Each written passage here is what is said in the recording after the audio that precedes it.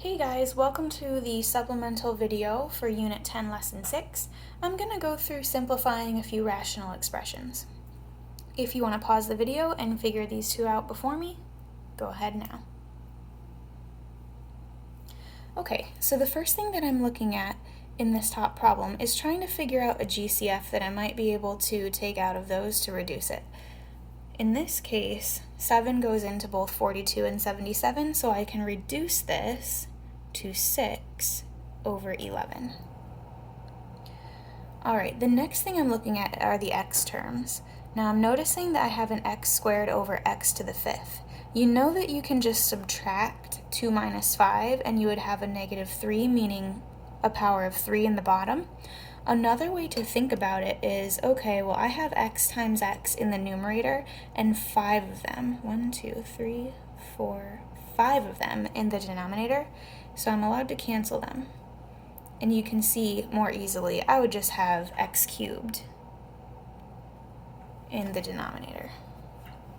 You can follow kind of the same process for the other two. I have y to the 7th here, and I have y with no exponent there. That would be y to the 1st. So that would mean in the numerator, y to the 6th. And then looking again here at the z's, I have z to the 8th in the top and z to the 10th in the bottom. So if you picture that, you'd be able to cross out 8 of them and have 2 z's, or z squared, left over in the denominator. And that is as simplified as that one gets. In the next one here, I have kind of a factoring problem. So if you use your kind of factoring shortcut, you're looking for the number that would, the two numbers that would multiply to negative 18 but then add to negative 3.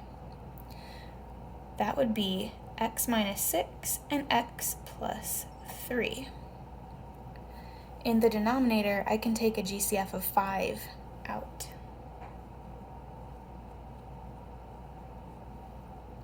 It's easy to see that these two would be able to be crossed out, and that would leave me with x plus 3 over 5.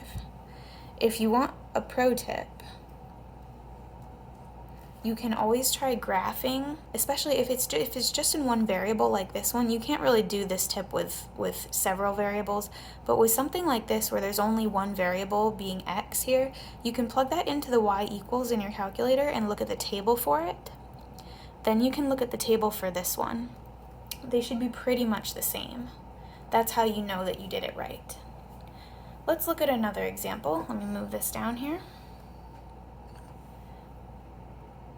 Okay, I have 9x squared minus 100 over 21x minus 70.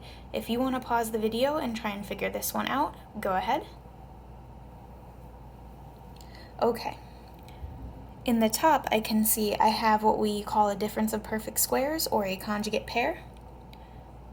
That would be 3x minus 10 and 3x plus 10. In the bottom, again, I have a GCF that I can take out. In this case, it's 7. When I divide out that 7, I'm going to get 3x minus 10, which is nice because then it cancels. I would be left with 3x plus 10 all over 7. There's nothing more I can reduce there. Okay, I'd also like to talk about a concept that was at the end of the lesson, where you were kind of looking at two very, very similar things and wanting to cross them out but not being quite able to cross them out. Usually when we cross something out, like if you had 5x minus 9 over 5x minus 9, when we cross them out, it's assumed that it means like, oh, there's just a factor of 1 left. It's just 1, so we don't even write it.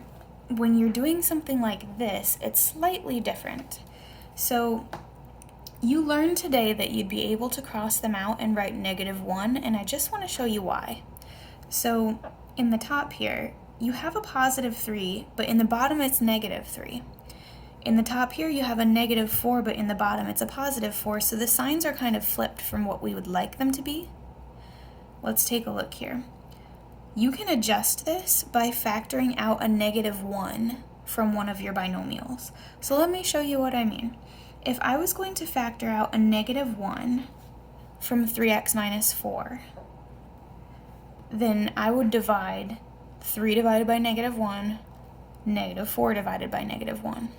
And I would get out negative 3x plus 4. In the bottom, I still have my 4 minus 3x. Nothing's changed there. But you can see now in the top, if I rearrange it a little bit, you can cross it out. All right, so if I write the 4 first, it's a positive 4. That's a negative 3x. If you factor out a negative 1 from that, you can see these are able to be crossed out. You're just left with a negative 1. Let's look at a different example that includes that kind of property. Okay, take a look at this problem. We're going to simplify 2x squared plus 9x minus 18 all over 6 minus 4x. Please pause the video for a second and give the factoring a shot without me. Okay, you can use either AC method by grouping, or you can kind of use a guess and check method. But when you do, and you factor the top, you get 2x minus 3 times x plus 6. In the bottom, you can take out a GCF of 2.